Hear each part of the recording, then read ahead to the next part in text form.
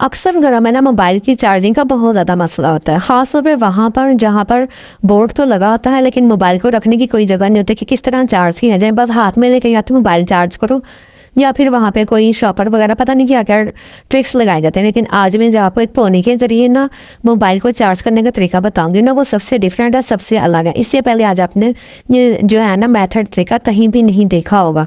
तो चलिए मैं आज आपको इसका एक तरीका बताऊंगी और इसके एक नहीं बल्कि दो तरीके बताऊंगी कि किस तरह हम अपने मोबाइल को चार्ज कर सकते हैं विदाउट किसी अलमारी के, किसी हैंगिंग के। साबुन होते हैं, वॉशिंग मशीन पर रखते हैं, इस तरह गिर जाते हैं, ना गिरें उसका हल बताऊंगी। उसके बाद मैं यहाँ पर इतने सारे ये ढक्कन जमा किए ना बोतलों के, इसका भी हैक बताऊंगी, बहुत प्यारा सा। और यहाँ पे मैंने सुराख किए गर्म सुए से, ये भी आप देख लीजिएगा क्यों किए। उसके बाद मैंने बोतल का एक हैक बताना है आपको कि अक्सर बोतलों के हैक में आपको बताती रहती हूँ, भरी पड़ी है मेरी जो ना वीडियो इस बोतलों को लेके, लेकिन फिर भी आज एक डिफरेंट किस्म का हैक बताने जा रही हूँ। तो अपने वीडियो को फुल वॉच करना है, कहीं से भी स्किप नहीं करना। एक भी वीडियो जो है ना वो आपके जो है ना काम की सारी की सारी वीडियो काम की, एक भी वीडियो फालतू नहीं है। तो यहाँ पे एक सोल्यूशन बता रही हूँ शीशे साफ करने के लिए, जिससे शीशे बिल्कुल फुराने वाले नए हो जाएंगे। सर्दियों में भर भर के आलू उबाले जाते हैं, भर भर के अंडे उबाले जाते हैं, तो उसका भी बताऊंगी कि बिस्मिल्लाहिर्रहमानिर्रहीम, अस्सलाम वालेकुम, क्या हाल चाल है? होपफुली ठीक ठाक होगा। चलो स्टार्ट करते हैं वीडियो का। अच्छा जी, देख लीजिए फर्स्ट टिप। तो यहाँ पर मैंने लिया है मोबाइल, अब मोबाइल करना है मैंने चार्ज। और अब आपको एक ऐसा हैक बताने जा रही हूँ कि जहाँ पर मोबाइल का बोर्ड तो मतलब बिजली वगैरह का बोर्ड तो लगा हुआ है, लेकिन मोबाइल चार्ज करने की वहाँ पे ना कोई अलमारी है, ना कोई वहाँ पे कोई शेल्फ वगैरह बनी हुई है। तो हम क्या करेंगे, हम लेंगे एक पोनी कोई सी भी लेने, आप वूल की लेने, किसी भी तरह इसमें रबर टाइप ना कोई चीज़ लगी हो। तो बस ये देखेंगे, इस पोनी को हमने कुछ इस तरह ना इसके ऊपर चढ़ा देना। रबर बैंड नहीं लेना, तो वो क्योंकि टूट जाता है। हमने इस तरह के कपड़े वाली, ऊन वाली, इस तरह की कोई भी पोनी ले लेनी और इस तरह इस पर चढ़ा देना है मोबाइल के ऊपर। अब ये मैं आपको मोबाइल को चार्ज करने का तरीका बता रही हूँ। इस तरह का ये चार्जर होता है ना, इस तरीके से अब हम इस पोनी के साथ इसको अटैच कर देंगे। यहाँ पर इतना अटैच करना है कि जो इसकी शू की लेग्स है ना, वो शू के अंदर आराम से चली जाए। ये देखें इस तरीके से, इस तरह आपको नजर आ रहा है। तो बस जो इसकी नीचे वाली पिन है जहाँ से मोबाइल चार्ज होता है, ये वाली पिन ये हमने इसके नीचे लगा देनी है। तो चले अब मैं आपको ना बोर्ड के पास लेके चलती हूँ, आ जाए। तो अब जहाँ पे मैं बोर्ड वाली जगह पे आ गई, ये बोर्ड मेरा कुछ ऐसी जगह पे लगा हुआ है जहाँ पे बिल्कुल कोने में करके है, थोड़ा सा लाइट का इशू है, तो प्लीज़ इसको इग्नोर कीजिएगा। तो यहाँ पर ये देखिए मैंने बोर्ड के साथ इसको अटैच कर दिया, ये देख सकते हैं आप। और ये देखें ये पिन मैं इसके साथ लगा दूंगी। अब ये आप देख लें, ये पिन मैंने लगा दी चार्जिंग के लिए और ये बोर्ड जो है ना इसमें लगा दूंगी। और ये मोबाइल भी ऑन हो चुका है, ये देखें। अब ये हम इसको लगाते हैं यहाँ पर, ये देखें कितने ईजीली मोबाइल जो है वो हमारा हैंग हो गया, गिरेगा भी नहीं। और इसके आसपास कोई अलमारी नहीं है, कोई हैंगिंग नहीं है। एक और आपको तरीका बताते हैं, ये ज़बरदस्त तरीका है। तो वीडियो को लाइक तो बनता है, तो लाइक कर दीजिए। इसी तरह आपके पास मास्क होते हैं, तो ये अपने शू के ऊपर लटका देना जहाँ पे लेग्स होते हैं। ये देखें चार्ज होने के लिए हमने शुरू हो गया।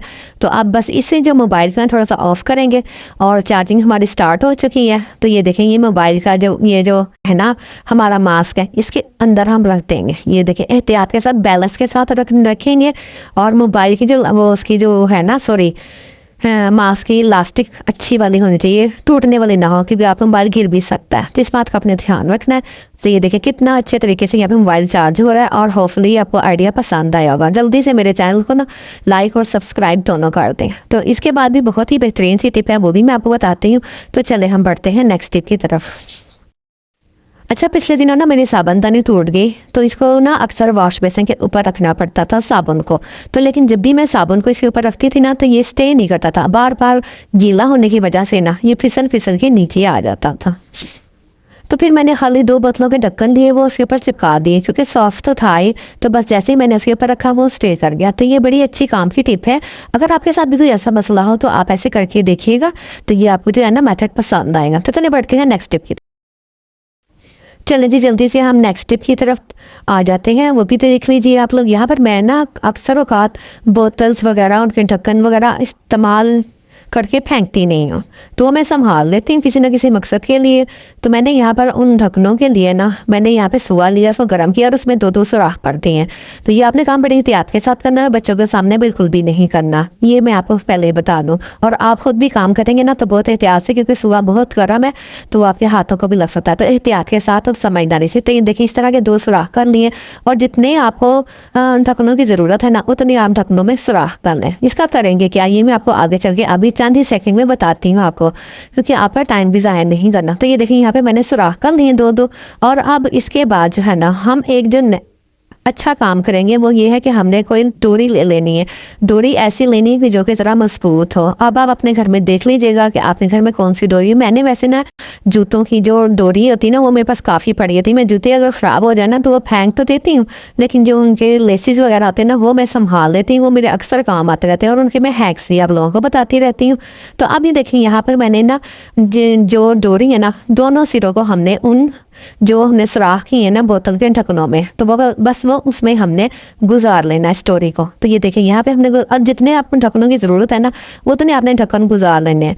तो अब इसका जो है ना मैं आपको बहुत अच्छा सा इनके काम बताने लगी हूँ कि हमने इसका करना क्या है। तो ये हमारे बहुत ही काम आने वाली ये चीज़। तो मेरे पास तो काफ़ी सारे वैसे ढक्कन थे, अगर आपके पास 3-4 हैं तो ये मैं वो आइडिया दे रही हूँ। अब ये देखिए इस तरह हमने पिरो लिए।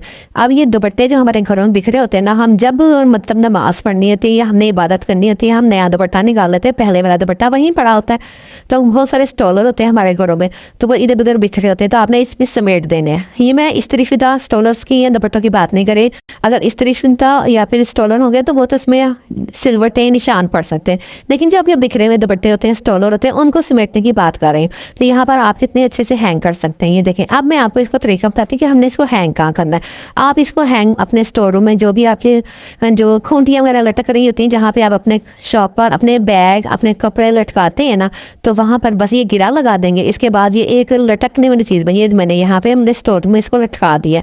अब जब कभी भी मुझे ज़रूरत होगी ना तो यहीं पे मैं इसको लटकाऊंगी, ये फैलेंगे नहीं, एक सिमेट्री सी आ जाएंगे। होपफुली ये आइडिया पसंद आया होगा। सर्दियाँ आते ही ना भर भर के आलू भी उबाले जाते हैं, पराठे बनाए जाते हैं और अंडे उबाले जाते हैं जो कि रात को खाते हैं। तो लेकिन सबसे बड़ा मसला ये होता है कि जो देगचियाँ होती हैं ना सिल्वर की, इनमें निशान पड़ जाते हैं काले काले। मेरे पास तो अलहदा से एक पतीली है, उसी में उबालती रहती हूँ। लेकिन अगर किसी घर में नहीं भी है लेकिन वो साफ़ भी रखना चाहती हैं मेरी बहनें, तो उन्हें मैं एक टिप बता देती हूँ कि या तो आप ये नींबू ले लें, इसको अच्छी तरह निचोड़ के ना इसमें नींबू का छिलका भी इसी में फेंक दें, तो ये निशान देती किस्म के नहीं पड़ेंगे। अगर पड़ भी जाएंगे तो वो नरम से पड़ेंगे और फ़ौरन से साफ़ हो जाएंगे स्टील की स्क्रबर से। तो लेकिन अगर आपके पास इस नहीं है एट द मोमेंट नींबू, तो आप सिरका भी ले सकते हैं। तो ये छोटा सा आइडिया पसंद आया होगा। देख लीजिए नेक्स्ट टिप। तो नेक्स्ट टिप ये है बोतल को लेके, तो इसके 3 या 4 स्टेप हैं, तो उसको आपने फॉलो करना। तो स्टेप बाय स्टेप आपको बताती हूँ कि सबसे पहले मैंने यहाँ पे लिए बोतल का ऊपर वाला हिस्सा हमें चाहिए, ये मैंने ले लिया यहाँ पे। अब इसको किनारे चुभे ना तो उसकी हमने छुरी गर्म कर लेनी है और उसके किनारे दबा देने हैं अच्छे तरीके से। ये भी आपने बच्चों की मुझे में काम बिल्कुल भी नहीं करना, खुद ही करना है।